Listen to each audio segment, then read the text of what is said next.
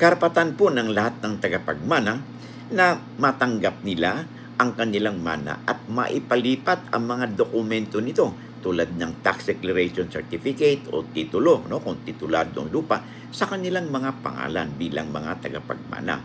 Kaya lang kailangan may susundin po tayo mga tinatawag nating formalities o requirements, no, para maging basihan, para mailipat ito sa mga pangalan ng tagapagmana. Una, ay magkaroon muna kayo ng tinatawag nating extrajudicial settlement of estate, no, and partition.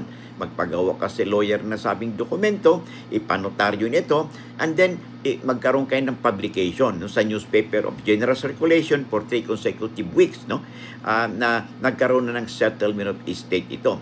Maliit lang naman yung publication yan kasi laki lang po ng business card or calling card yan, no, for 3 consecutive weeks. And then, pagkatapos po niyan, makipag-ugnayan kayo sa BIR upang mabayaran ninyo ang tinatawag nating estate tax tsaka documentary stamp tax at kung penalty interest charges kung mayroon man.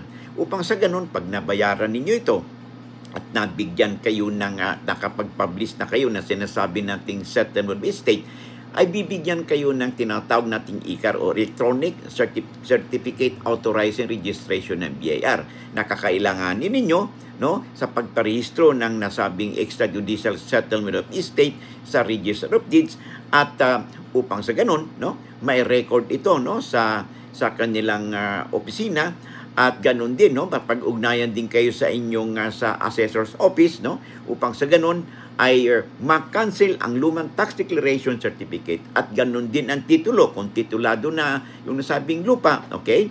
At pag na-cancel ito, mabigyan kayo ng panibagong titulo kung titulado na at panibagong tax declaration certificate na nakapangalan na sa mga tagapagmana.